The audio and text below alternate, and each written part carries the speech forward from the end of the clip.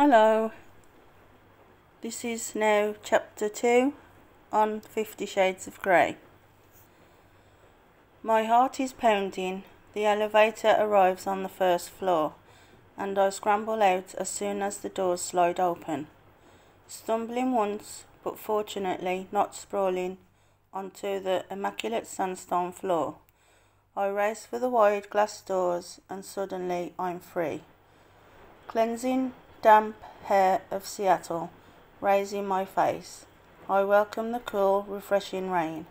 I close my eyes and I take a deep breath, purifying breath, trying to recover what's left of my equilibrium.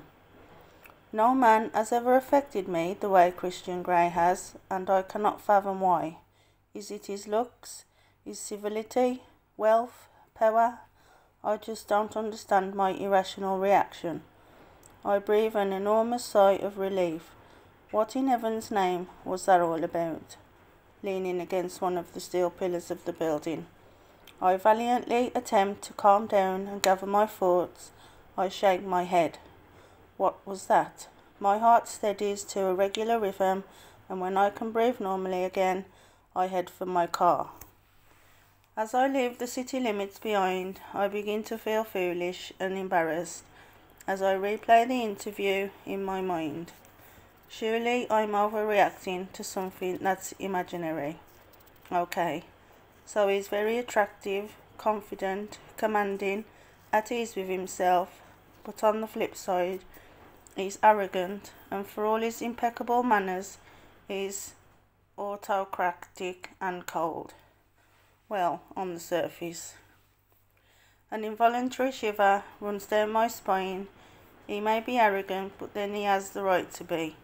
He's accomplished so much at such a young age. He doesn't suffer fools gladly, but why should he? Again, I'm irritated that Kate didn't give me a brief biography. While cruising towards Interstate 5, my mind continues to wander. I'm truly perplexed as to what makes someone so driven to succeed. Some of his answers were so cryptic, as if he had a hidden agenda. And Kate's questions, the adoption and asking him if he was gay, I shudder. I can't believe I said that. Ground swallowed me up now. Every time I think of that question in the future, I will cringe with embarrassment. Damn Catherine Kavanagh. I checked the speedometer. I'm driving more cautiously than I would have on any other occasion, and I know it's the memory of those penetrating grey eyes gazing at me and the stern voice telling me to drive carefully. Shaking my head, I realise that Grey's more like a man twice of his age. Forget it, Anna, I scold myself. I decide all in all it's been a very interesting experience, but I shouldn't dwell on it. Put it behind you. I never have to see him again. I am immediately cheered by that thought. I switch on the stereo and turn the volume up loud, sit back and listen to thumping indie rock music as I press down on the accelerator. As I hit Interstate 5, I realise I can drive as fast as I want. We live in a small community of duplex apartments close to the Vancouver campus of WSU. I'm lucky. Kate's parent bought the place for her, and I pay pennies for rent. It's been on for 4 years now. As I pull up outside, I know Kate is going to want a blow-by-blow account, and she is tenacious. Well, at least she has the digital recorder. I hope I won't have to elaborate much beyond what was said during the interview. Anna, you're back. Kate sits in the living area, surrounded by books. She's clearly been studying for finals. She's still in her pink flannel pyjamas decorated with cute little rabbits, the ones she reserves for the aftermath of breaking up with boyfriends, for illnesses or for general moody depression. She bounds up to me and hugs me hard. I was beginning to worry. I expected you back sooner. Oh, I thought I made good time, considering the interview ran over. I waved the digital recorder at her. Anna, thank you so much for doing this. I owe you. I know it was. I know. How was it?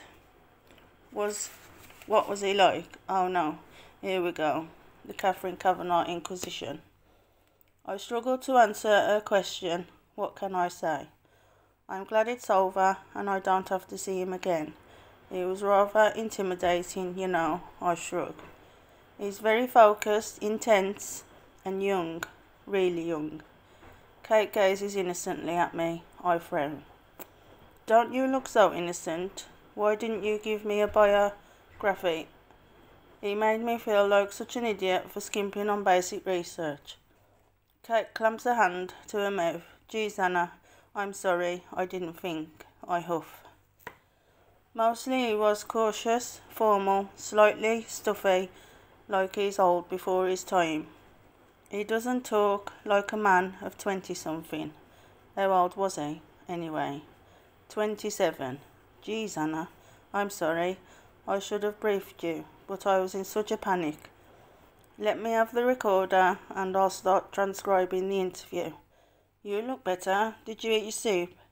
I ask, keen to change the subject. Yes, and it was delicious, as usual. I'm feeling much better, she smiles. I check my watch. I have to run. I can make my shift at Clayton's. Anna, you'll be exhausted. I'll be fine. I'll see you later. I've worked at Clayton's since I started at WSU. It's the largest independent hardware store in the Portland area, and over the 4 years I've worked there, I've come to know a little bit about most everything we sell. Although, ironically, I'm crap at any DIY. I leave that all to my dad. I'm glad I can make my shift as it gives me something to focus on that isn't Christian Grey. We're busy. It's the start of the summer. And folks are redecorating their homes. Mrs. Clayton looks relieved to see me. Anna, I thought you weren't going to make it today. My appointment didn't take as long as I thought. I could do a couple of hours. I'm real pleased to see you. She sends me to the storeroom to start restocking shelves, and I'm soon absorbed in the task. When I arrive home later, Catherine is wearing headphones and working on her laptop. Her nose is still pink, but she has her teeth into the story, so she's concentrating and typing furiously. I'm thoroughly trained, exhausted by the long drive, by the grueling interview, and by being swamped by Clayton's.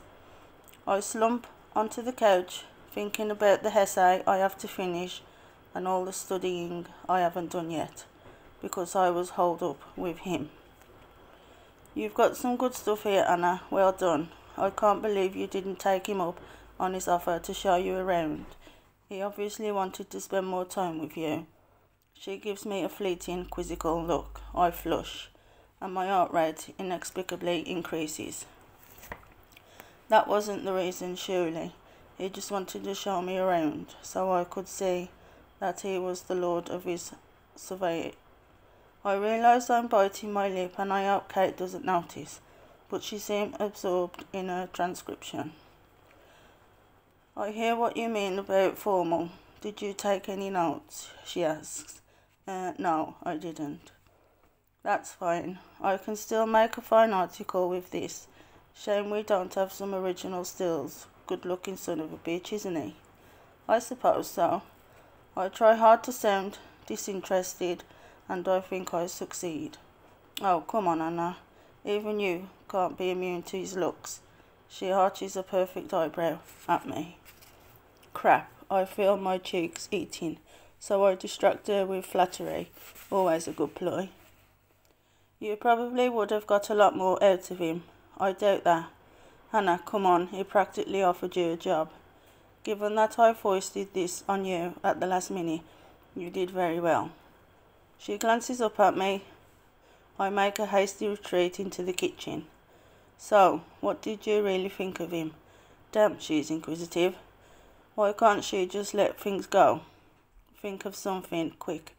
He's very driven, controlling, arrogant, scary, but very charismatic. I can understand the fascination, I add truthfully, hoping that will shut her up once and for all. "You're fascinated by a man, that's the first," she snorts. I start gathering the makings of a sandwich so she can't see my face. "Why did you want to know if he was gay?" Incidentally, that was the most embarrassing question. I was mortified, and he was pissed to be asked. I scowl at the memory. Whenever he's in the society pages, he never has a date. It was embarrassing. The whole thing was embarrassing. I'm glad I'll never have to lay eyes on him again. "Oh, Anna, it can't have been that bad. I think he sounds quite taken with you." "Taken with me? Now Kate's being ridiculous. Would you like a sandwich?" "Please."